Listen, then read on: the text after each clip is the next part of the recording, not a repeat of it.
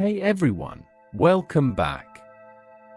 Tonight we're exploring something that changed everything. The Black Death, the plague that swept through Europe in the mid-14th century, didn't just kill. It transformed. When the dying finally slowed, when the mass graves were covered and the streets fell quiet, survivors emerged into a world that felt simultaneously emptier and somehow more open than anything they had known before. This is the story of what came after, of how ordinary people rebuilt their lives in the shadow of unimaginable loss, and how catastrophe, paradoxically, created opportunities that had been unthinkable just years earlier. Before we continue, if you're enjoying these deep dives into medieval life, take a moment to like this video and subscribe to the channel. It genuinely helps us keep creating these stories for you. And let me know in the comments where you're listening from and what aspect of medieval history fascinates you most. Now, settle in, get comfortable, and let's step back into the aftermath of the worst pandemic Europe had ever seen. The Black Death arrived in Europe in 1348, carried on merchant ships from the east. Within 5 years, it had killed somewhere between 30 and 60% of Europe's population. Entire villages vanished. Cities lost half their inhabitants. The scale of death was so massive that survivors struggled to comprehend it. Mass graves filled faster than they could be dug. Bodies lay in streets. The living, terrified and overwhelmed, sometimes fled, leaving their own family members to die alone. But death, even on this scale, eventually slows. By 1353, the worst had passed in most regions, though the plague would return in waves for centuries. What remained was a Europe fundamentally altered, not just by grief, but by empty chairs at every table, abandoned fields stretching to horizons, and a labor force that had shrunk so dramatically that the entire economic system began to crack and shift beneath the weight of absence. For those who survived, the first emotion was often guilt. Why had they lived when so many others had died? Medieval people interpreted the plague through religious frameworks. Some believed it was divine punishment for collective sin. Others thought it was simply God's will, incomprehensible but absolute. Either way, survivors carried the psychological burden of living through apocalypse. They had watched neighbors, friends, children, parents, and spouses die in agony, often helpless to offer anything beyond prayer and presence. Grief was everywhere, but it could not paralyze indefinitely. Life demanded attention. Fields needed planting. Animals required feeding. Children, those who remained, needed care. The dead were mourned, but the living had to eat. This practical necessity forced survivors forward even when they felt broken. One of the most immediate and visible changes was economic. Before the plague, Europe's population had been growing steadily for centuries. Land was crowded. Labor was abundant and therefore cheap. Peasants worked for minimal wages because there were always others willing to take their place. Lords controlled vast estates and extracted heavy rents and labor obligations from the people tied to their land. After the plague, this equation reversed overnight. Suddenly, there were not enough workers. Fields went unplanted because no one remained to work them. Skilled craftsmen were desperately needed. Entire professions faced labor shortages. For the first time in generations, ordinary people had leverage. They could demand higher wages. They could refuse unfair terms. They could, if they chose, simply walk away and find work elsewhere, because demand for labor far exceeded supply. Lords and wealthy landowners were horrified. Their entire system depended on controlling cheap labor. They responded by attempting to freeze wages legally. In England, the Statute of Labourse in 1351 tried to cap wages at pre-plague levels and restrict worker mobility. Similar laws appeared across Europe. These ordinances were meant to force peasants back into obedience, to preserve the old order through legal compulsion. But laws written on parchment could not override economic reality. Workers ignored the statutes. They demanded better pay and got it because employers had no choice. A lord whose fields lay fallow earned nothing. A merchant whose goods sat and finished lost money. Faced with economic ruin or paying higher wages, most chose to pay. Enforcement of wage laws was inconsistent and often impossible. The labor market had fundamentally shifted, and no amount of legislation could reverse it. This shift did more than increase wages. It gave peasants something they had rarely possessed: options. A young man from a village devastated by plague could leave, travel to a nearby town, and apprentice in a trade. A woman widowed by the disease might remarry into a better situation or negotiate terms that gave her more independence. Mobility increased. People moved to cities, to estates offering better conditions, to regions less affected by death. Social structures that had seemed permanent began to feel negotiable. Serfdom, the legal bondage tying peasants to land and lord, weakened in many areas. Not everywhere, and not immediately, but the trajectory was clear. When labor is scarce, labors gain power. That power translated into better living conditions, reduced obligations, and greater personal freedom. The psychological impact of this cannot be overstated. For generations, peasants had been told they were born to serve, that their place in the world was fixed by God and nature. The plague shattered that narrative. Survivors saw that the powerful were just as vulnerable to disease. Death did not respect rank. A king could die as easily as a beggar, and many did. This realization eroded the sense of inevitable hierarchy that had defined medieval life. Urban areas experienced particularly dramatic transformations. Cities had been hit hardest by the plague. Close quarters, poor sanitation, and high population density made them ideal environments for disease to spread.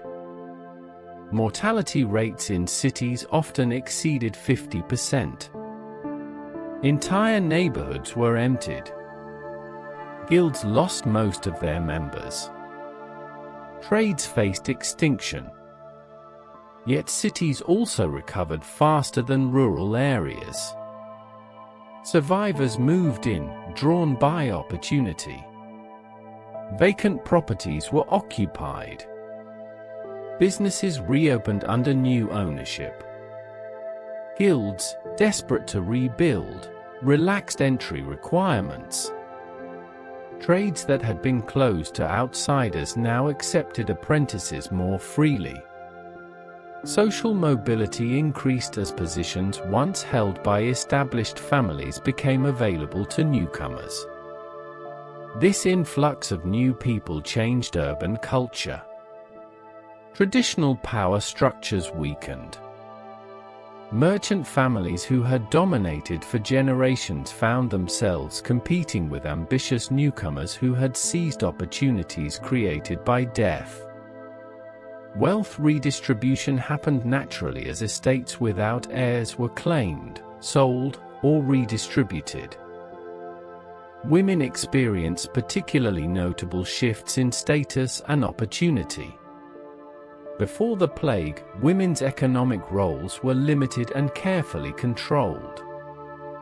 Widows had some legal rights, but unmarried women and wives operated under significant restrictions. After the plague, necessity overrode custom. Women inherited property in unprecedented numbers. They ran businesses, managed estates, and entered trades that had been male-dominated. A widow inheriting her husband's workshop might continue operating it rather than selling. A daughter might inherit land directly if no male heirs survived. Women negotiated marriage contracts with more favorable terms because their labor and property had become valuable. This did not mean equality. Medieval society remained deeply patriarchal, but it meant expanded space for female agency within existing structures. Some women chose not to remarry at all, a decision that would have been economically impossible before the plague. With property, income, and legal rights as widows, they could maintain independence. This was rare and often socially criticized, but it was possible in ways it had not been previously.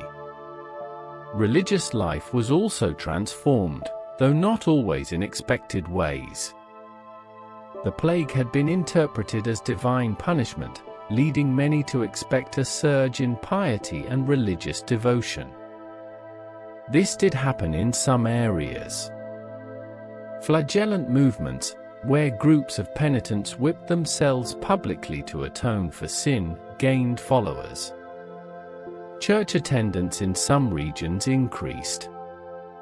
Donations to religious institutions rose as survivors sought to honor the dead and secure their own salvation. But the plague also bred religious skepticism and anger. Many questioned why God had allowed such suffering. Prayers had not stopped the dying. The clergy had proven just as vulnerable as anyone else, and in some cases, had fled rather than tending to the sick. This hypocrisy did not go unnoticed. Trust in religious authorities weakened among portions of the population. Heretical movements gained traction in this environment.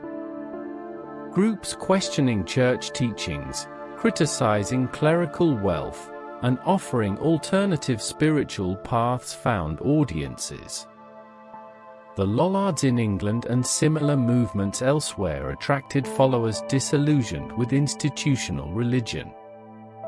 The church responded with repression, but the seeds of religious doubt had been planted, seeds that would eventually contribute to the Protestant Reformation 2 centuries later. Art and literature from the post-plague period reveal a culture grappling with mortality in newly direct ways. Images of death became common in visual art. The Danse Macabre, or Dance of Death, depicted skeletons leading people of all social ranks in a procession, emphasizing that death was the great equalizer. These images were not meant to be morbid entertainment. They were moral reminders that earthly power and wealth meant nothing in the face of mortality.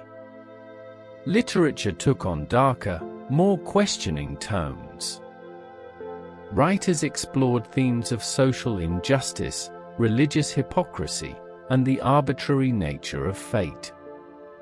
Geoffrey Chaucer's Canterbury Tales, written in the late 14th century, featured characters from across the social spectrum and often satirized the pretensions and corruption of the powerful.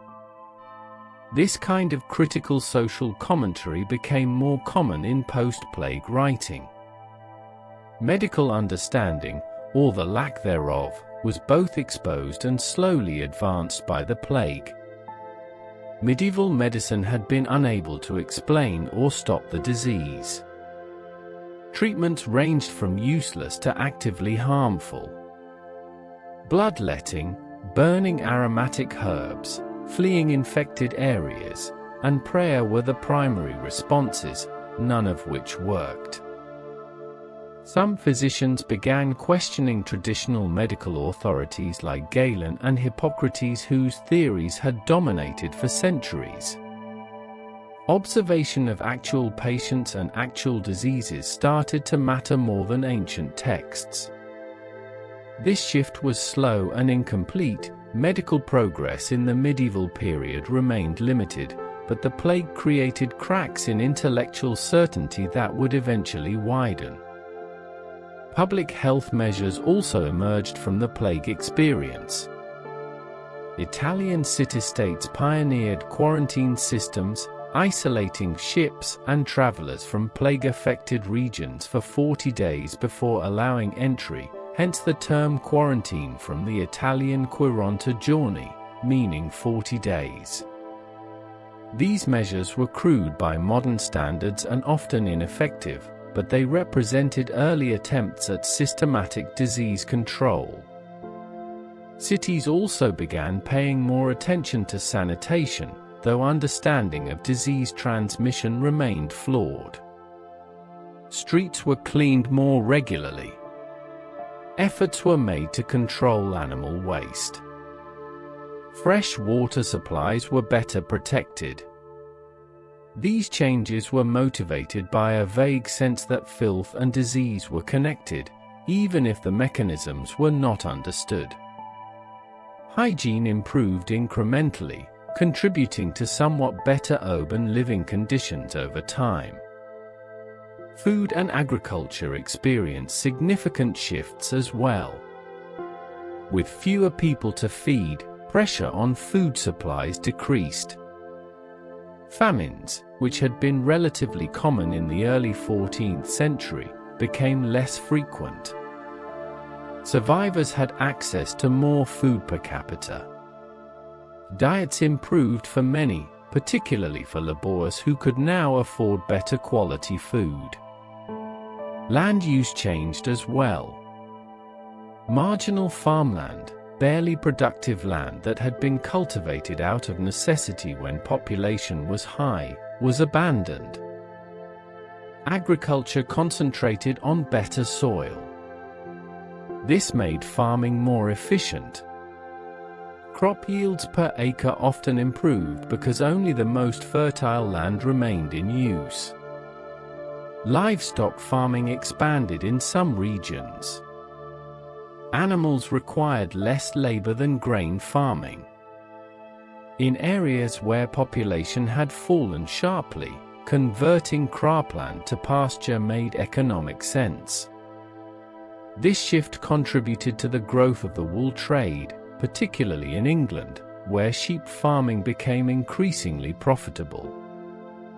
The redistribution of wealth was one of the plague's most significant long-term effects. When individuals died without heirs, their property was redistributed. When entire families were wiped out, estates were absorbed by distant relatives, purchased by newcomers, or claimed by lords. This massive transfer of property happened rapidly and chaotically. Some families grew wealthy almost overnight, inheriting from multiple relatives. Others found themselves landowners for the first time. The concentration of wealth shifted. Old aristocratic families weakened if they lost many members. New families rose. Social hierarchies that had seemed fixed for generations suddenly felt fluid. This wealth redistribution also meant that survivors, on average, owned more. A peasant family that had lived in a small cottage might now occupy a larger house left vacant by plague deaths. Tools, furniture, livestock, and land that had belonged to the deceased were claimed by the living. Material conditions improved for many simply through inheritance. However, this was not universal. The plague affected different regions with different intensities. Some villages were completely abandoned, while others nearby suffered minimal losses. Geographic variation meant that experiences diverged widely. A survivor in a devastated area faced different opportunities and challenges than one in a lightly affected region. Politically, the post-plague period saw increased tension between rulers and subjects. The economic power shift gave peasants and urban workers confidence to resist exploitation. When authorities tried to reimpose old conditions, resistance followed. This culminated in several major uprisings. The Peasants' Revolt in England in 1381 was the most famous. Triggered by a poll tax and simmering resentment over wage restrictions, rebels marched on London, demanding an end to serfdom and fairer treatment. The revolt was ultimately suppressed, and its leaders executed, but it terrified the English elite and demonstrated that the lower classes could organize and threaten established power. Similar uprisings occurred across Europe. The Jacquerie in France in 1358 saw peasants attack noble estates, driven by frustration over exploitation and the chaos of the 100 Years' War. Urban revolts erupted in Italian cities as guilds and workers fought for better conditions. These movements were often brutally crushed, but they reflected a widespread sense that the old order was breaking down. Technology and innovation may have been indirectly stimulated by labor shortages. When human labor becomes expensive, mechanical solutions become attractive. Mills, tools, and devices that could reduce the need for manual labor were developed or improved. This was not an industrial revolution, but it was a period where efficiency mattered more than it had previously. Printing technology, though not invented until the mid-15th century, benefited from conditions created by the plague. Literacy increased among the merchant and artisan classes as economic opportunity expanded. Demand for written materials grew. When Johannes Gutenberg developed the printing press around 1450, the market for books had been prepared in part by social changes set in motion a century earlier. Education expanded modestly. More people could afford to send children to schools. Universities, though still elite institutions, saw increased enrollment. Knowledge became slightly more accessible. This was a slow process, but the trajectory was toward broader education and literacy, trends that would accelerate in the following centuries. Cultural attitudes toward time and pleasure also shifted. Survivors developed a heightened awareness of mortality's proximity. Life was fragile and could end suddenly. This awareness manifested in different ways. Some became more devout, focusing on spiritual preparation for death. Others embraced earthly pleasures more fully, reasoning that life should be enjoyed while it lasted. Feast days and festivals took on renewed importance. Communities that had been shattered by death used celebrations to rebuild social bonds. Music, dancing, drinking, and communal eating became acts of defiance against death's shadow. Life was affirmed through joy, even raucous joy, as a counterbalance to recent trauma. Fashion and display became more elaborate among those who could afford it. Sumptuary laws, regulations restricting what different social classes could wear, were frequently ignored or openly defied. People wanted to enjoy their wealth and status visibly. Bright colors, expensive fabrics, and ornate decorations became more common, reflecting a culture less willing to defer gratification. Architecture from the period reflects both loss and recovery. Many churches commissioned memorials to plague victims, elaborate tombs, and monuments that served as physical remembrances of the dead. At the same time, new construction began as communities rebuilt. Guild halls, homes, and public buildings rose in cities recovering from population collapse. Gothic architecture reached its peak in the late 14th and early 15th centuries. Soaring cathedrals with intricate stonework represented both faith and human ambition. These structures were expensive and labor-intensive, but they were built anyway, funded by a generation determined to create beauty and permanence in the face of recent chaos. The plague also affected family structures and inheritance customs. With so many deaths, traditional succession patterns were disrupted. Youngest sons inherited when older brothers died. Daughters inherited in the absence of male heirs. Distant relatives became heads of families. This created uncertainty but also opportunity. Marriage patterns changed as well. Widows and widowers remarried frequently, often quickly. Economic necessity and desire for companionship drove this. Blended families became common as people with children from previous marriages joined households.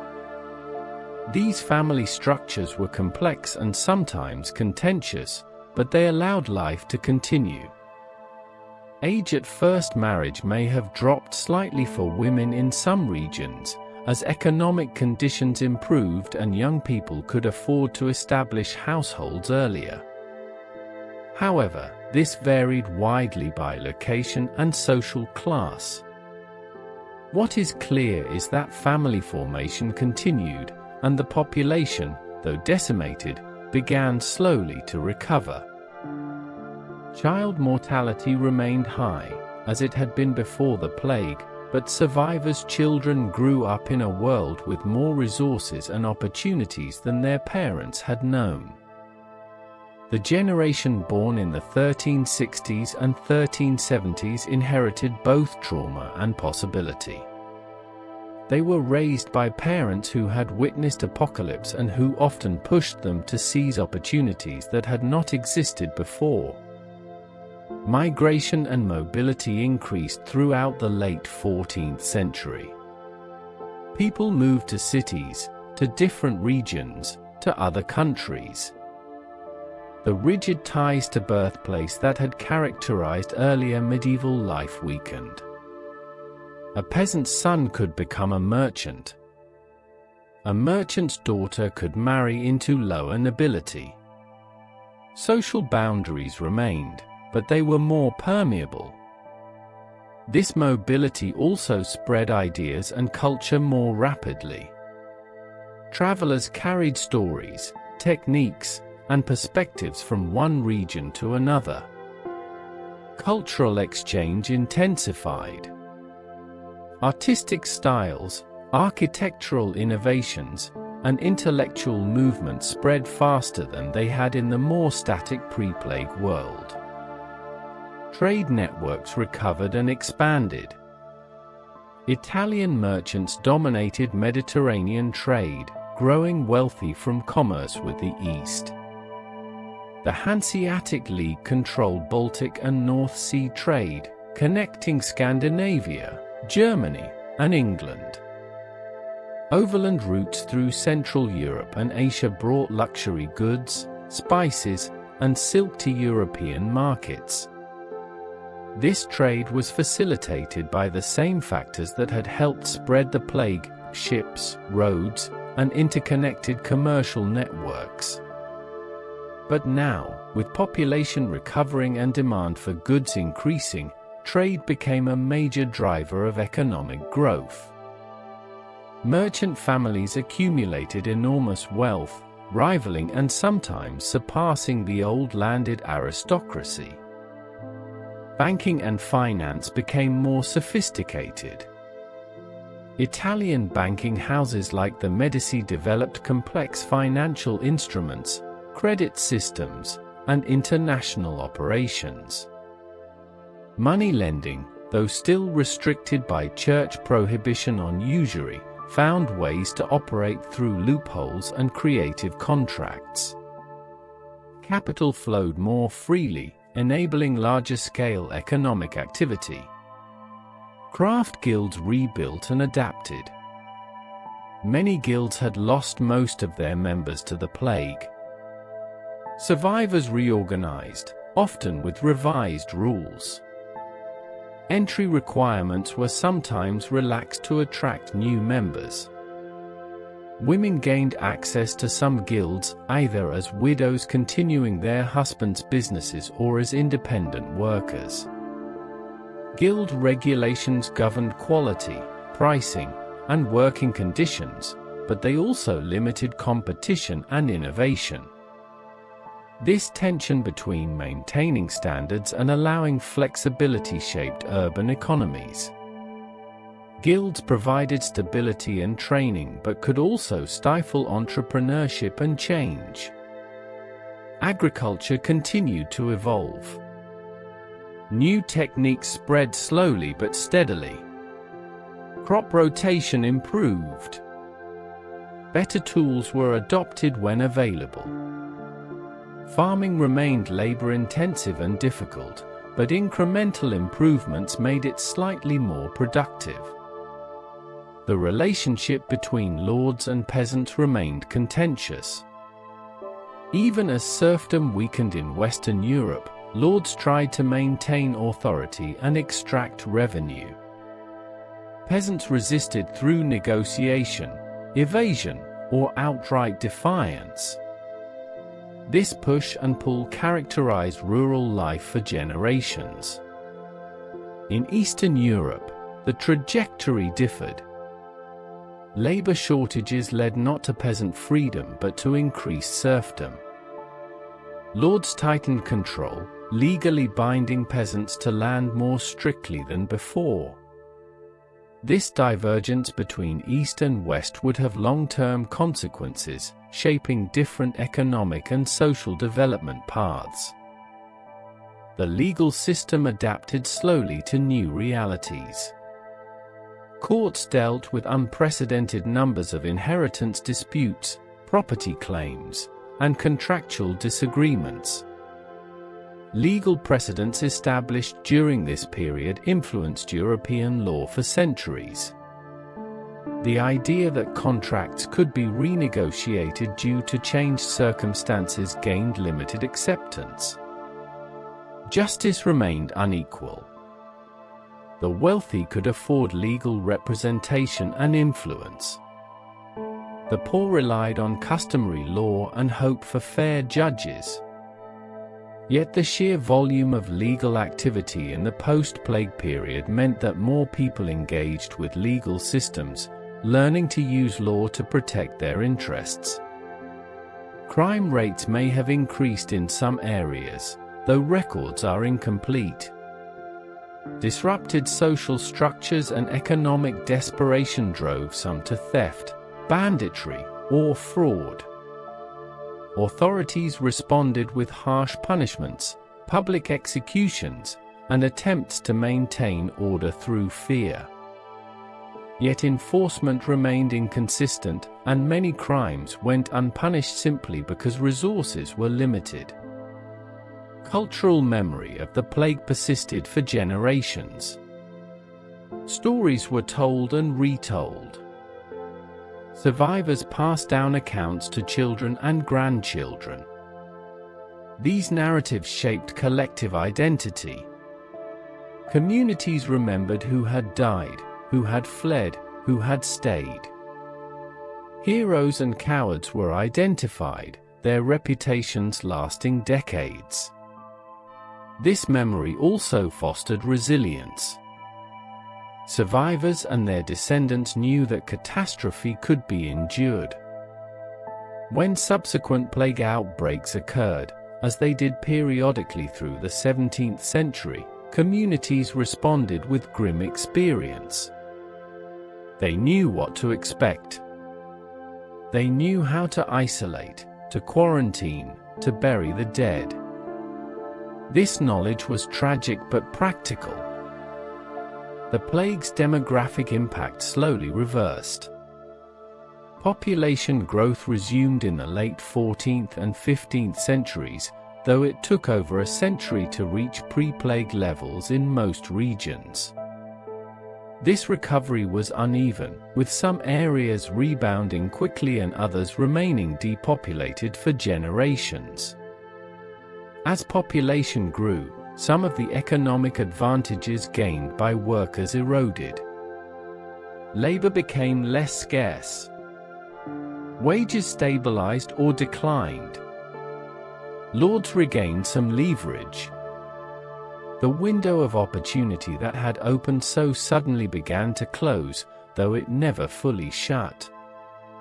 The changes set in motion by the plague could not be completely reversed. Urban centers particularly benefited from population recovery. Cities grew larger and more complex. London, Paris, Florence, Venice, and others became major cultural and economic hubs. Urban culture, with its relative anonymity, diversity, and opportunity, attracted people dissatisfied with rural life. Intellectual life flourished in this environment. Universities expanded. Scholars debated philosophy, theology, law, and natural philosophy. Humanism, a movement emphasizing classical learning and human potential, emerged in Italy and spread northward. This intellectual ferment was partly enabled by the social and economic changes following the plague. The printing press, when it arrived, amplified these trends exponentially. Books became cheaper and more available. Ideas spread faster. Literacy increased. The Protestant Reformation, the Scientific Revolution, and the Age of Exploration all had roots in the transformed Europe that emerged from the plague's shadow. Yet daily life for most people remained hard. The plague had not eliminated poverty, disease, or suffering. It had shifted circumstances, created opportunities, and altered power dynamics, but it had not created paradise. Peasants still worked from dawn to dusk. Workers still faced exploitation. Women still lived under patriarchal control. What had changed was possibility. The world felt less fixed. Social mobility, while still limited, was more achievable. Economic improvement was within reach for those willing and able to pursue it. Authority was more questionable. The divine right of kings and lords seemed less absolute when everyone had seen death ignore rank. This sense of possibility, fragile and contested, shaped the late medieval world. It contributed to political tensions that would eventually lead to revolutions. It fostered intellectual questioning that would challenge religious and scientific orthodoxy. It encouraged economic experimentation that would lead to capitalism. The Black Death was a catastrophe that killed tens of millions. But it was also, paradoxically, a catalyst for change. Out of death came transformation. Not immediately, not easily, and certainly not fairly. But the Europe that emerged in the 15th century was fundamentally different from the one that had existed before 1348. Survivors and their descendants built new lives on foundations of loss. They took opportunities created by absence. They questioned authorities who had failed them.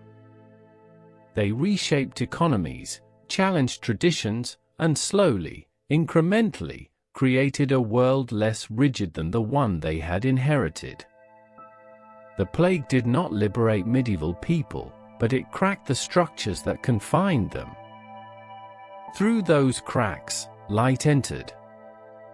Opportunity, mobility, and agency expanded. Not for everyone, not equally, but enough to matter. Enough to change the trajectory of European history. When we think about the Black Death, we often focus on the dying. And rightly so, the scale of loss was staggering. But the story of what came after is equally important. It's a story of resilience, adaptation, and the stubborn human refusal to let catastrophe define everything. Medieval people who survived the plague did not have the luxury of despair. They mourned, they grieved, they carried trauma, but they also planted crops, rebuilt homes, married, had children, and pushed forward. They created art, challenged injustice, and slowly built a future that honored the dead by affirming life. In the end, the post-plague world was not better because of the plague. It was transformed by it. And in that transformation, despite all the suffering, despite all the loss, something new became possible. A world slightly more open, slightly more mobile, slightly more questioning than before. That is the legacy of the survivors. Not the plague itself, but what they made of the world that remained. How they refused to let death have the final word. How they built lives worth living from the ruins of everything they had known. And with that, we'll close tonight's journey into the medieval world. If you enjoyed this exploration of life after the Black Death, please like this video and subscribe to Candle and Crown Sleep Stories. Let me know in the comments what other aspects of medieval history you'd like us to explore. Until next time, sleep well.